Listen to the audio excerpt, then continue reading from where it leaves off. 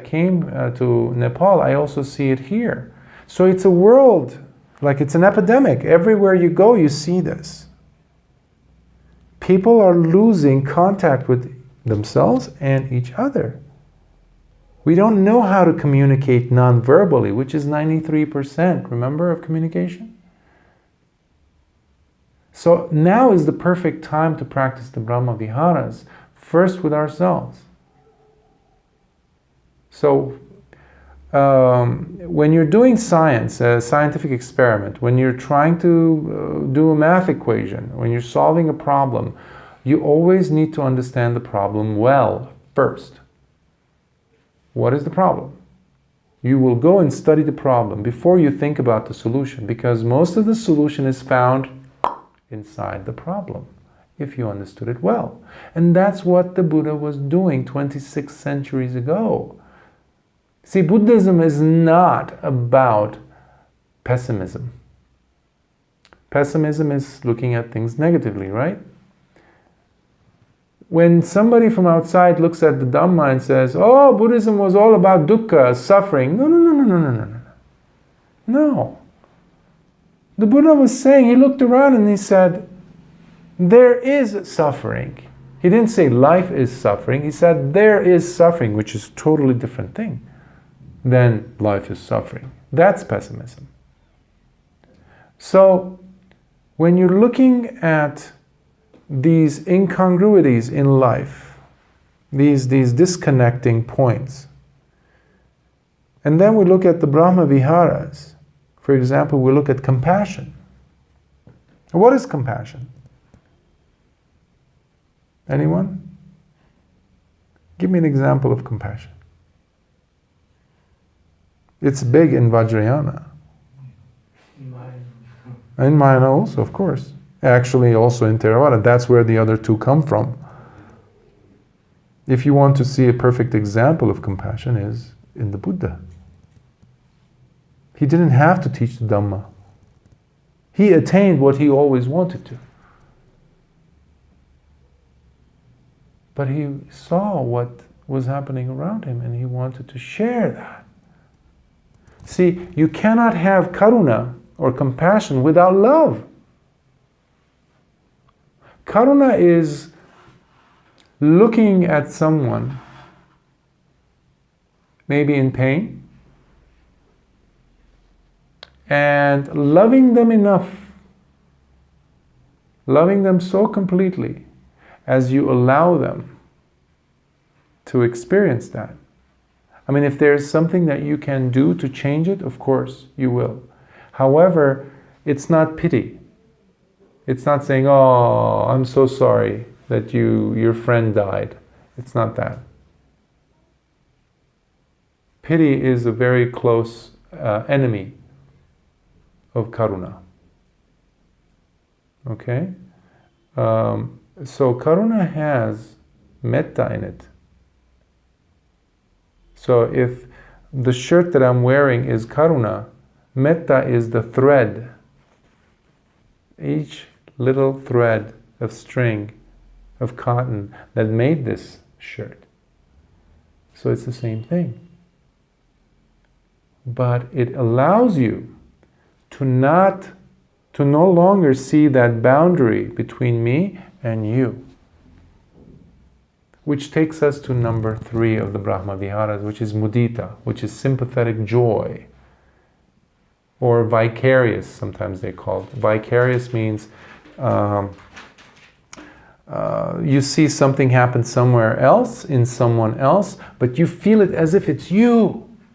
It's happening to you. So if you're a mother, or if you want to be a mother, and you never have been, or you're unable to, but someone close to you all of a sudden becomes a mother, if you have mudita, you're filled with so much joy towards this friend, as if it's you who have the child. So there's no more boundary between me and this thing. I feel what they're feeling. Okay? That's such a powerful and high state. So you see what's happening here. Metta builds the ground, and then it develops into karuna. And karuna becomes so full. If I actually fill more water into this cup, what happens? Spills, and everything else around it gets to taste the water. And they feel if it's cool. And that's mudita. And when you have that, when mudita is there, meanwhile the energy of the intensity is becoming less and less, and you're behaving more like a balance. So if you wanted to be a mother and you haven't been, and you try and try, you're not being able to, and your friend becomes a mother without trying, and you're seeing their happiness as your happiness, slowly, slowly, slowly, there is no more greed inside of you.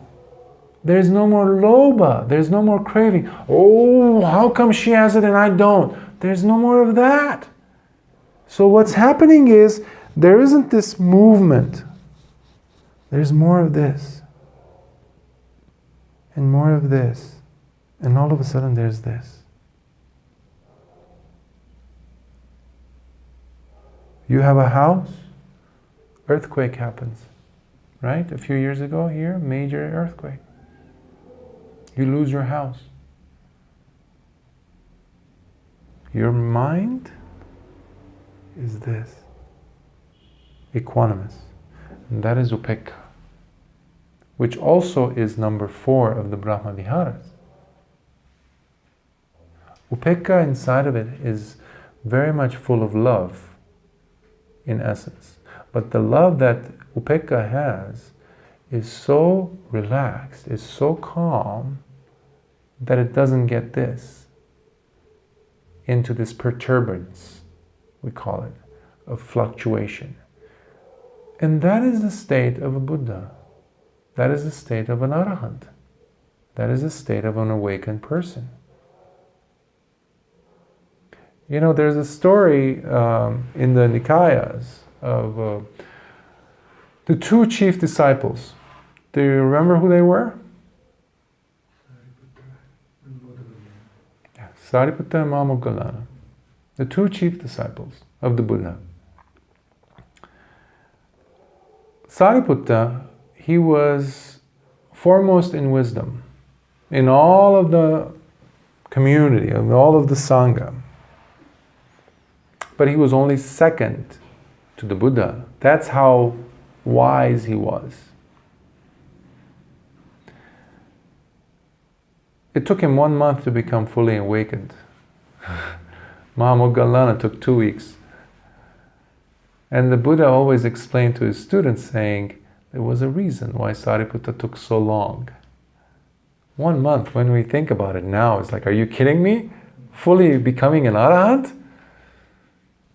I'm trying, and it's been more than a month, and I'm not fully awakened yet. But anyhow, there's a story of Venerable Sariputta. And he was known to be so forgiving. He was such a caring, loving, compassionate monk. He had all the Brahmaviharas in him. That in the morning, when all the monks would go out on their alms rounds to get food, he would always wait behind them. He would take care, make sure that the vihara, the monastery, was well taken care of. He would sweep the floors, clean the grounds. He would make sure that the beds are well. He would make sure, a very important one was, he would make sure that the sick monks were getting enough medicine and they were getting fed. If it needed to, he would go and get food, alms rounds, and bring it and feed them. So he was full of compassion, full of forgiveness. So he was known for that. And each of the chief disciples, all of the major disciples, but especially the 2 chief disciples, had their own groups of students that they were responsible for. So one day, while Venerable Sariputta's students are discussing how patient and loving their teacher is, Venerable Sariputta, there was one Brahmin. He was not a Buddhist, he was not obviously a monk. He was hearing them talk and describe in such grandeur, in such high regard, Venerable Sariputta's patience. And he said, I can make him angry. You're just mistaken. He's just a man. I will prove you wrong. And he waits. And Venerable Sariputta comes to the city on his alms bowl with his alms, to collect his food. And this Brahmin, without Venerable Sariputta seeing anything, he comes and hits him on the back of his body. Full force.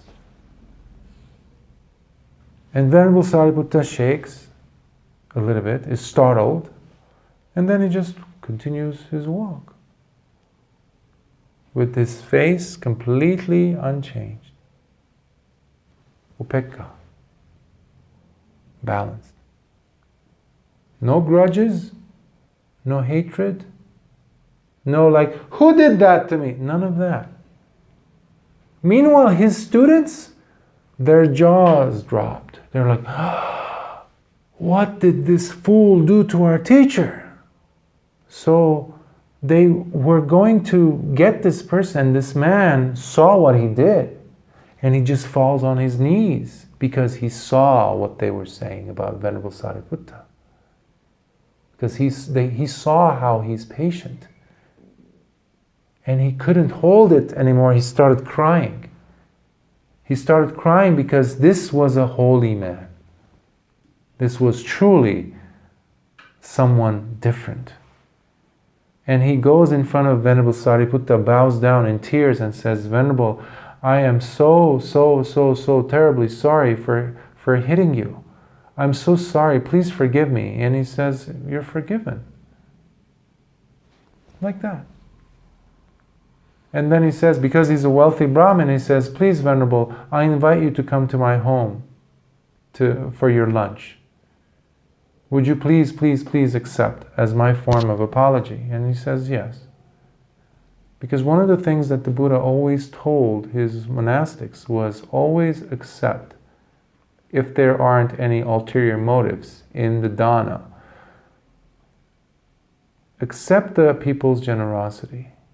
And that's one of the reasons why they do the pindapada, the walking with the alms bowl to get food. It's not necessarily for their bodies or for them to get food, but also an opportunity for lay people to be generous. And by doing that, we can gain a lot of merit.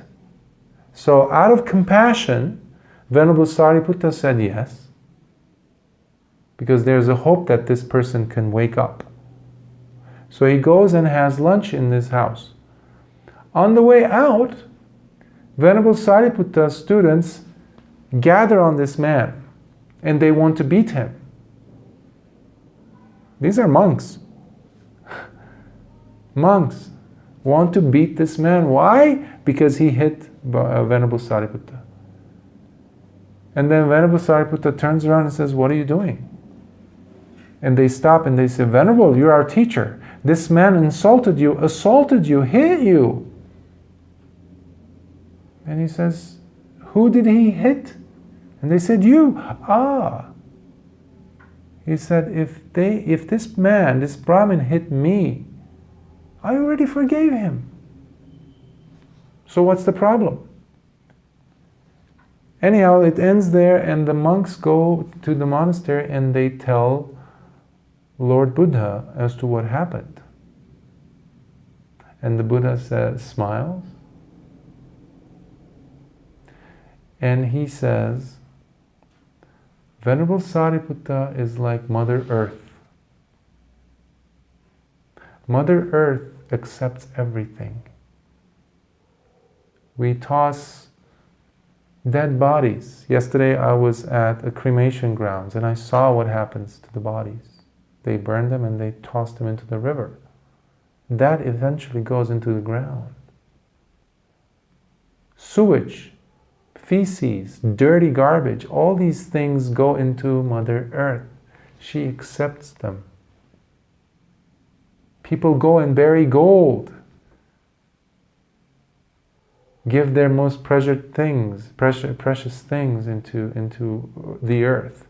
They give their loved ones, their labor, their hard-earned sweat. Mother Earth accepts them equally. So he says, Venerable Sariputta is just like that. He is so patient. So I love this story because it pretty much captures everything about the Brahmaviharas. And it's a wonderful example for, at least for me, to live up to.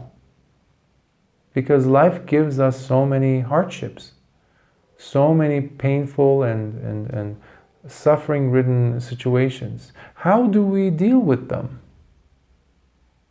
See, if I become a Sotapanna, Sakadagamin, Anagamin, or an Arahant, okay. But if that's not going to carry itself into my actions in life, around the people I deal with, work with, what is the point of the Dhamma, really? Why do we even practice? If it's not going to have an impact. And the way it has that is by us understanding, really understanding how things take place. And it has a lot to do with you asking some questions. The most basic one is, what is the mind doing right now? Every few minutes, if you can, because that is going to slowly bring you into what's happening in the background. Because most of the time we are on automatic pilot. We're in the passenger seat, right? With the bike.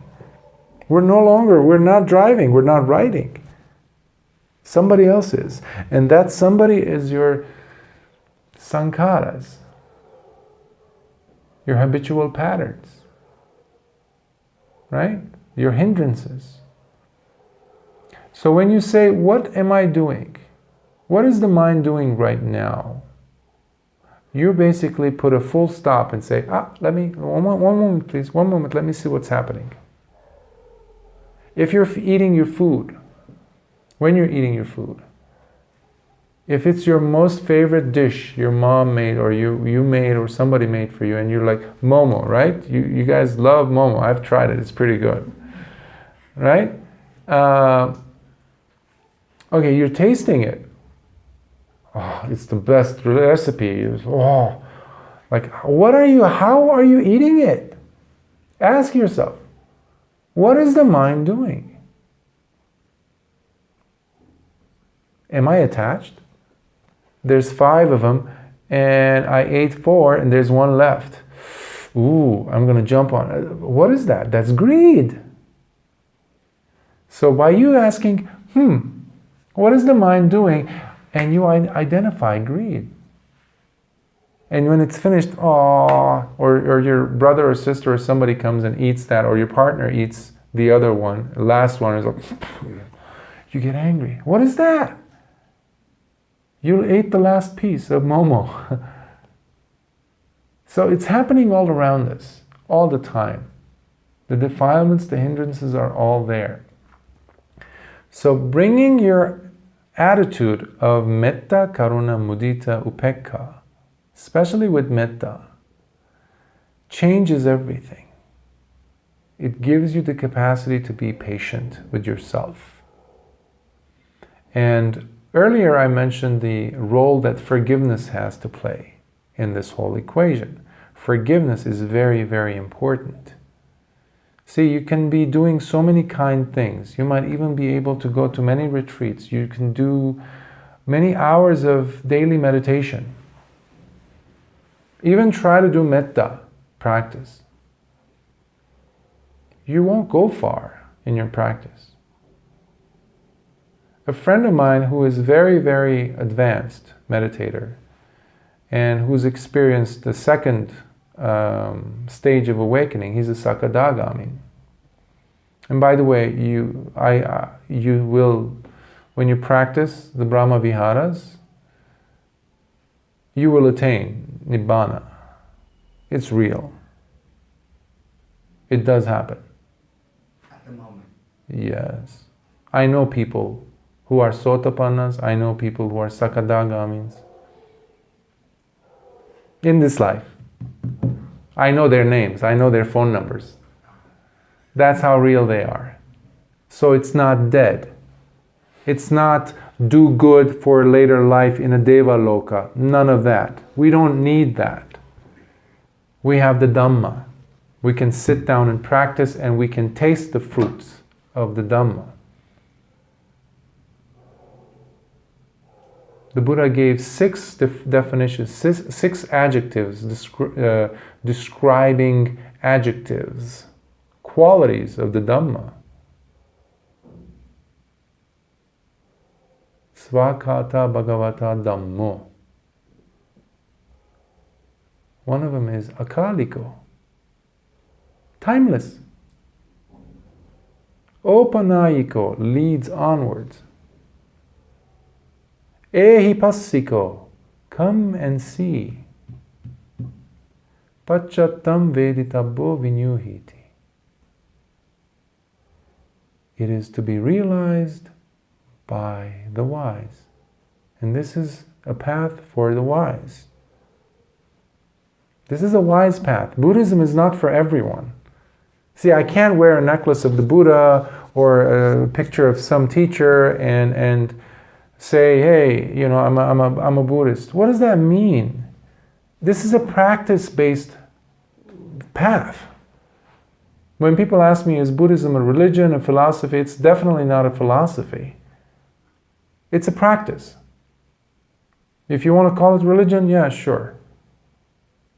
It has some rites, some rituals, some basic tenets, this and that. It's very advanced, yes.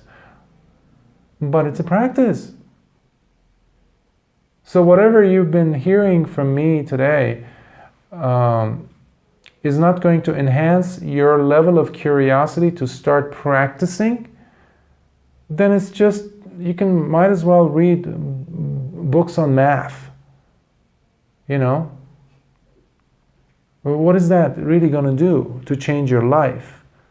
So it's all about personality change, because Venerable Sariputta was not like that before becoming Venerable Sariputta. The Buddha was not like that. He had to work through many, many mahakappas to get to a point of having completed his paramis, the 10 paramis.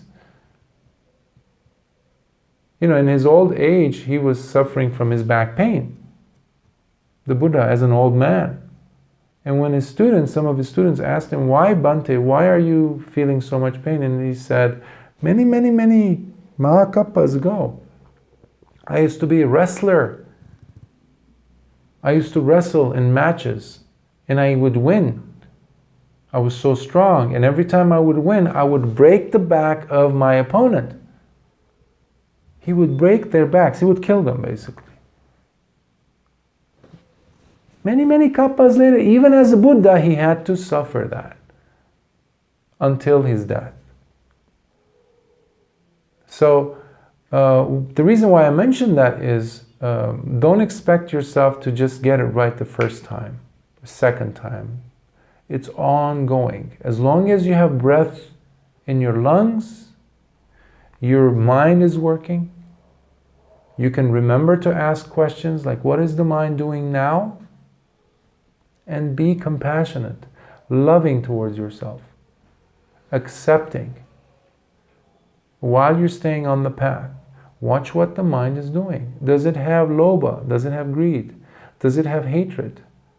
Or is it in moha state or delusional, indifferent, ignorant? The very question, what is the mind doing, you basically pull it out of delusion. Remove it from delusion. And the mind goes, huh, what's going on? You become awake for a brief moment in time. Remember the Four Noble Truths? Dukkha, there's suffering. Second one is there's a cause of suffering. Third one is there's a cessation, a nirodha, cessation, ending of suffering. And then there's the magga, or marga, which is the path, eightfold path. So every time you ask yourself, what is the mind doing now? You're pulling it out of delusion, and guess which one you're practicing? Third Noble Truths. Do you recognize this mudra? Unfortunately, there aren't that many Buddhas and Bodhisattvas statues or pictures that have this mudra. They should make more. Because Buddhism is not about this. It's about this. And one of the easiest ways that you can actually practice this, when you ask, what is the mind doing? You practice, when the body is relaxed, when the mind is no longer in tension, when the meninges that I described is not so tightly holding the brain, when your body is relaxed, what happens to your face? You smile. Just smile. A little bit. And one of the very unique Buddhist statue qualities is that there's a very subtle smile on the Buddha's faces. Very, very gentle. I came across an article, a scientific article that was done at Minnesota University in the United States, and there's also one that they did in the University of Hamburg, I believe, in Germany. And the experiment involved the lips and the connection of the lips with the brain. Parts of the brain that get functioned in a certain way, releasing certain types of neurotransmitters or molecules, certain types of protein, depending on the motion of the corners of your lips. So they had two groups of university students. So one group they told them to just, stay normal. So that one of them was control group and the experimental group. So the other group, they actually gave them pencils, not markers, but pencils, and they had them put them in their mouths like this. So what that does is just raising the lips up and the cheeks up. So they had to hold them like that for a little while. Meanwhile, their brains were connected to electrodes that are connected to a computer screen that was registering what the brain waves were doing and seeing if there was any neurotransmitters being released. Neurotransmitters, there's serotonin, there's different ones, and which enhance the feeling of, in this case, feeling happy. I love chocolate, for example, and love is one example. When you feel love, certain neurotransmitters get activated. You feel good when you see the sunrise in a certain way. When you see your loved one after a long day's work, or so you get a good hug from someone. Those release certain chemicals that make you feel good. Now guess what?